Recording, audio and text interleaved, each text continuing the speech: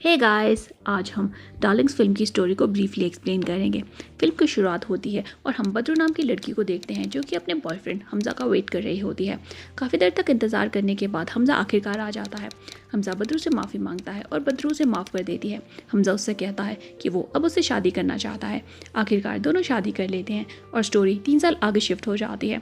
शादी के बाद बद्रू और हमजा की ज़िंदगी में प्यार कम और तकरार ज़्यादा होती है।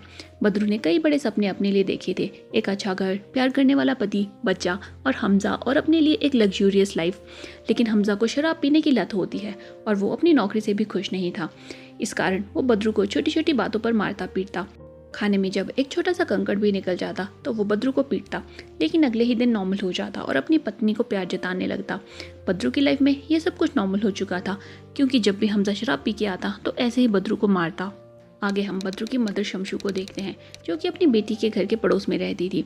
शमशू अपनी बेटी के शरीर पर जख्म देखती है और दुखी होती है। शमशू से कहती है कि ये या तो वो हमजा को छोड़ दे या फिर उसे जान से मार दे, पर बद्रू अपने पति से बहुत प्यार करती थी, इसलिए वो ऐसा नहीं कर पाती। आगे हम हमजा को देखते हैं, जो कि रेलवे में टॉयलेट साफ कर रहा था। उसे टीसी की जॉब तो ज़रूर मिली थी, पर उसके बड़े ऑफिसर्स उसे यही काम करवाते थे। इसके बाद हम जुल्फी नाम के लड़के को देखते हैं, जो कि शमशू के घर पे आया हुआ था। शमशू केटरिंग का काम करती थी और पुलिस स्टेशन में खाना पहुंचाती थी। इस काम में जुल्फी भी उसका साथ देता था। यहाँ पर हम ये देखते हैं कि जुल्फी बद्रू पर डोरे डाल रहा है। अपने पति की शराब छुड़वाने के लिए बद्रू मेडिकल शॉप से कुछ गोलियां लेती हैं। वो शॉपकीपर से ये भी कहती है कि ये बात हमजा को ना बताए। शाम को हमजा जब अपने काम से वापस लौटता है तो वो लोग उसे ये सब बता देते हैं। जब वो घर पहुंचता है तो फिर से बद्रू को बुरी तरह से टॉर्चर करता है। शमशू उसके घर के पड़ोस में रहती थी, तो उसको भी ये सब बातें पता चलती रहती है। हमजा को इम्प्रेस करने के लिए बद्रू ऑनलाइन एक ड्रेस खरीदती है और शाम को खूब तैयार होकर हमजा का इंतज़ार करती है। घर की बेल बजती है तो वो दरवाज़ा खोलती है, पर हमजा वहाँ नहीं था। वहाँ उनके पड़ोसी आया हुआ था और कहता है कि नीचे बिल्डर्स आए हुए हैं और वो लोग हमजा का इंतज़ार कर रहे हैं। हमजा नहीं था, इसलिए बद्रू को ही मीटिंग में जाना पड़ता है। यहाँ पर शमशू से देखकर गुस्सा करती है कि उसे यहाँ नहीं आना चाहिए था। अगर हमजा ने उसे यहाँ देख लिया तो वो उसे बहुत मारेगा। थोड़ी देर के बाद हमजा भी आ जाता है और बद्रू को यहाँ से खींच कर ले जाता है। घर आने पर हमजा शराब पी रहा था जब उसकी नज़र ऑनलाइन आए हुए सामान पर पड़ती है। इनमें से वो एक सैंडल से बद्रू की बुरी तरह से पिटाई करता है और उसके हाथ को भी जख्मी कर देता है। अगले दिन बद्रू बहुत गुस्से में थी और हमजा के जाने के बाद वो घर का सामान पटक रही थी। उसी समय जुल्फी आता है और उसके शरीर पर जख्मों को देखता है। वो जुल्फी को भी बुरवाला बोलकर घर से बाहर निकाल लेती है। बाद में बद्रू अपनी माँ से कह रही थी कि उसको सारे आदमी जहर जैसे लगते हैं और वो चाहती है कि सभी को गोली मार दे। वो बातें कर ही रही थी जब शमशू के पास पुलिस स्टेशन से कॉल आता है।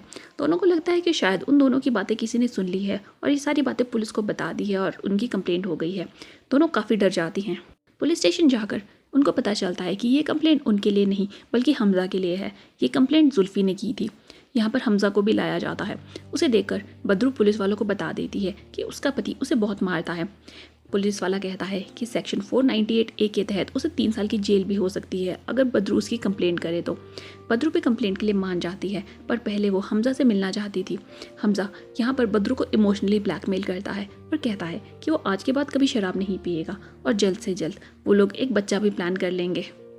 बद्रू उसकी बातों में आ जाती है और इंस्पेक्टर के पास जाकर अपनी कंप्लेंट को वापस ले लेती है। बाहर शमशू बद्रू से कहती है कि वो बहुत गलत कर रही है। शमशू बद्रू को एक स्टोरी सुनाती है। वो कहती है कि एक दिन जंगल में बाढ़ आ गई और सब जगह पानी ही पानी भर गया। जंगल में एक बिच्छू था जिसे नदी को पार करना था। वो मेंढक से पूछता है कि क्या वो उसे नदी पार करवाएगा। मेंढक उसे कहता है तू बिच्छू है तो ज़रूर काटेगा। इस पर बिच्छू मेंढक से कहता है कि अगर मैं तुझे काटूंगा तो हम दोनों ही मर जाएंगे, इसलिए मैं तुझे नहीं काट सकता। मेंढक मान जाता है और वो अपनी पीठ पर बिच्छू को बिठाकर नदी पार करवाता है। मेंढक और बिच्छू नदी के किनारे पर पहुंचते हैं तो एंड में बिच्छू मेंढक को काट लेता है। बिच्छू मेंढक से कहता है कि मैं बिच्छू हूँ और काटना मेरी फितरत में है। शमशू यही बात बद्रू को समझा रही थी कि उसका पति भी बिच्छू है और वो एक दिन उसे ज़रूर काटेगा। बद्रू कहता है कि नहीं, वो बदल चुके हैं और आगे से ऐसा कुछ भी नहीं होगा। जब सभी लोग वापस आ रहे थे तो हमजा ये जानना चाहता था कि आखिर उसकी कंप्लेंट किसने की है। दोनों उसे नहीं बता रही थी तो हमजा शमशू के नाक पर एक मुक्का मार देता है, जिससे उसकी नाक से ब्लीडिंग होने लगती है। शमशू कार से उतरती है और बद्रू से कहती है या तो वो अपने पति को चुन ले या अपनी माँ को। इतना बोलकर शमशू वहाँ से निकल जाती है। बद्रू दुखी थी मगर साथ ही खुश भी थी कि उसका पति बदल रहा है। अगले दिन हमजा को ड्यूटी पर अचानक से पेट में बहुत दर्द होता है। वो डॉक्टर के पास जाता है, जो कि उसे बताती है कि शराब पीने की वजह से धीरे धीरे उसका लिवर खराब हो रहा है। अगर अब उसने ज़्यादा शराब पी तो उसका लिवर बुरी तरह से खराब हो जाएगा। शाम को बदरू उसे बताती है कि वो प्रेग्नेंट है। अगले दिन वो ये खुशखबरी अपनी माँ को भी देती है। शमशू यह सुनकर बहुत खुश होती है और सारे गिले शिकवे भुलाकर बदरू और उसके पति को माफ़ कर देती है। उसी रात हमजा पुलिस स्टेशन में कांस्टेबल से मिलता है। वो जानना चाहता था कि असल में उसकी कंप्लेंट की किसने थी। यहाँ पर कांस्टेबल बातों बातों में उसे बता देता है कि उसकी कंप्लेंट जुल्फी ने की थी। हमजा जब जुल्फी के साथ घर वापस आ रहा था तो हमजा जुल्फी से कुछ सवाल पूछता है, जिससे जुल्फी कंफ्यूज हो जाता है और हमजा को लगता है कि जुल्फी और बदरू के बीच में कुछ चल रहा है। जुल्फी हमजा के जाते ही बदरू को कॉल करके बताता है कि हमजा को कंप्लेंट के बारे में पता चल चुका है। यह बात सुनकर बदरू बहुत घबरा जाती है। फिर बदरू डर के मारे बाथरूम में छुप जाती है। हमजा उसे किसी तरह से बाहर निकालता है और फिर बुरी तरह से मारने पीटने लगता है। गुस्से में हमजा बदरू को सीढ़ियों से नीचे फेंक देता है। बदरू को हॉस्पिटल में पता चलता है कि स्टेज से नीचे गिरने की वजह से उसका अबॉर्शन हो गया है। ये बात सुनते ही बदरू पूरी तरह से टूट जाती है। उसके मन में आता है कि वो आत्महत्या कर ले, पर वो किसी तरह से अपने आप को संभालती है। फिर वो डॉक्टर के पास जाकर नींद की कुछ दवाइयाँ ले लेती है। अगले दिन शमशू को बदरू का कॉल आता है और वो फ़ौरन उसे घर बुलाती है। शमशू घबराते हुए बदरू के घर पर पहुंचती है तो देखती है कि हमजा को उसने नींद की दवाइयाँ खिलाकर एक कुर्सी पर बांध दिया था। पानी अब सिर के ऊपर जा चुका था और हमजा ने अब सारी लाइंस क्रॉस कर ली थी, इसलिए बदरू ने अब ये कदम उठाया था। रात को दोनों बहुत देर तक सोचती हैं कि आखिर हमजा का करना क्या है और उसे किस तरह से मारना है। सबसे पहले वो दोनों बदरू के घर को पैक करती है ताकि कोई भी आवाज़ बाहर ना जाए। अगले दिन जब जुल्फी घर पे आता है और बदरू के शरीर पर जख्म देखता है तो वो बदरू से कहता है कि ये आदमी खराब है, इसे मार देना चाहिए।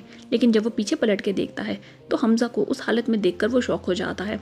रात में बदरू हमजा के साथ वही खेल खेलती है जो हमजा ने सैडल के साथ खेला था। बदरू भी हमजा को ठीक वैसे ही जख्म देती है जैसे कि हमजा ने उसे दिए थे। हमजा ने कई बार बदरू को मक्खन लगाने की कोशिश की, लेकिन बदरू को समझ आ गया था कि हमजा कभी भी सुधर नहीं सकता है। शाम को माँ बेटी आपस में बात कर रहे थे जब अचानक उनके दरवाजे की बेल बजती है। दरवाजे पर हमजा का बॉस था, जिसे हमजा नहीं बल्कि उसके पास रखी हुई अपनी चाबियों की तलाश थी। बदरू हमजा को इंजेक्शन देकर बेहोश करके दोनों उसे कमरे में शिफ्ट कर देती हैं। जब हमजा का बॉस अंदर आता है तो उसे बताया जाता है कि हमजा के पिता की डेथ हो गई है, इसलिए वो गाँव गया है। हमजा का बॉस कहता है कि उसने गांव फ़ोन किया था और उसे पता चला है कि उसके पिता की मौत तो 1.5 साल पहले ही हो चुकी थी। अचानक ही पास के कमरे से हमजा की आवाज़ आती है। उसका बॉस उस कमरे में जाता है तो देखता है कि हमजा की हालत बहुत ख़राब है।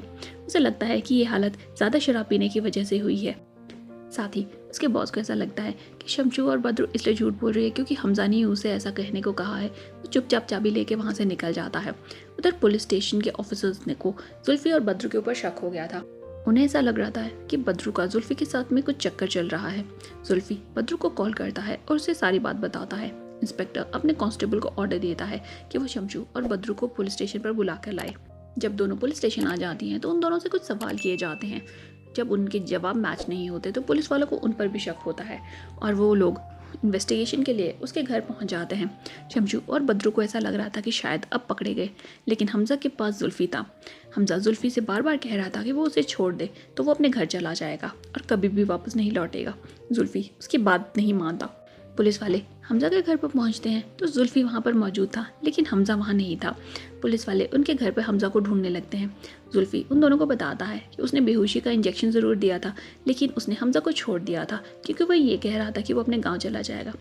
फिर जुल्फी उनको बताता है कि वो बदरू से नहीं बल्कि शमशूर से प्यार करता है। कांस्टेबल के पास पुलिस स्टेशन से फ़ोन आता है कि हमजा पुलिस स्टेशन पहुंच गया है। पुलिस वाले वहां से निकल जाते हैं। पुलिस के जाते ही शमशू जुल्फी से अपने प्यार का इजहार करती है। हमजा पुलिस स्टेशन तो पहुंच गया था, लेकिन वो कुछ भी कहने की हालत में नहीं था। उसे जो नींद का इंजेक्शन दिया गया था उसका असर अभी भी चल रहा था, इस कारण वो कुछ भी कहने की हालत में नहीं था। थोड़ी देर के बाद बदरू भी वहाँ पहुँच जाती है। हमजा कहना चाहता था कि इन लोगों ने मुझे मारा है, लेकिन पुलिस वालों को वो अपनी बातों में घुमा देती है। हमजा और उसकी पूरी फैमिली को वापस भेज दिया जाता है। जब वो लोग वापस आ रहे थे तो हमजा देखता है कि जुल्फी का अफेयर बदरू के साथ नहीं बल्कि शमशू के साथ है। घर आने पर वो प्लान करते हैं कि आखिर हमजा के साथ क्या करना है, क्योंकि अब अगर उसे ऐसे ही छोड़ दिया गया तो वो फिर से पुलिस स्टेशन पहुंच जाएगा और अब सब कुछ सच सच पुलिस को बता देगा। वो लोग उसे खूब सारी शराब पिलाकर अपनी बिल्डिंग के ऊपर वाले फ्लोर से नीचे फेंकने वाले थे। बदरू को उस पर तरस आ जाता है। वो हमजा को कहती है कि अगर वो उनके लिए एक वीडियो रिकॉर्ड कर देता है तो वो लोग उसे नहीं मारेंगे। हमजा भी इसके लिए मान जाता है। घर पहुंचकर बदरू उसकी एक वीडियो रिकॉर्ड करती है। इसमें हमजा वही बोलता है जो बद्रू ने उसे लिख कर दिया था। वो कहता है कि वो बद्रुनिसा का पति है और वो उसे बहुत प्यार करता है। उसके साथ जो कुछ भी होगा वो पूरा का पूरा उसकी खुद की जिम्मेदारी है। वो बद्रू से प्यार तो बहुत करता है पर उसे बहुत मारता पीटता है। अब वो बद्रू को और ज़्यादा दुखी नहीं देख सकता, इसलिए वो हमेशा के लिए जा रहा है। वो हमेशा के लिए अपने गांव जा रहा है। रिकॉर्डिंग कंप्लीट हो जाती है। उसके बाद हमजा बद्रू के पास आता है और अपने हाथ खोलने को कहता है। इसके बाद वो बद्रू से बदसलूकी करने लगता है। यह देखकर शमशू पीछे से आती है और उसके सिर पर एक ज़ोर से चोट कर देती है, जिससे कि वो वहीं बेहोश हो जाता है। अब वो लोग हमजा को जान से मारने वाले थे। इसके बाद उसकी जिंदा बॉडी को वो लोग पैक करते हैं और एक सुनसान जगह पर ले जाने के लिए निकल पड़ते हैं। इस काम में कासिम भाई भी उनका साथ देते हैं। वो लोग पास के एक रेलवे ट्रैक पर उसको फेंक देते हैं। बद्रू बहुत अच्छे से समझ चुकी थी कि हमजा एक बिच्छू है जो कि आज न कल उसे ज़रूर काटेगा। वो लोग रेलवे ट्रैक पर ला कर उसे रस्सियों से बांध देते हैं। आखिर में बद्रू को ये रियलाइज़ होता है कि ये गलत है। वो शमशू से कहते हैं कि हमजा भले ही बिच्छू है लेकिन वो तो मेंढक है ना, इसलिए वो ऐसा नहीं कर सकती। अगर उसने आज उसे मार दिया तो वो ज़िंदगी भर उसे याद आता रहेगा। हमजा को रेलवे लाइन के ट्रैक से आज़ाद कर दिया जाता है, लेकिन हमजा के तेवर अभी भी बदले हुए नहीं थे। वो बद्रू से फिर से उल्टी सीधी बातें करने लगता है। जब वो बद्रू को बुरा भला कह रहा था तभी अचानक से ट्रेन आ जाती है और उसे उड़ा देती है।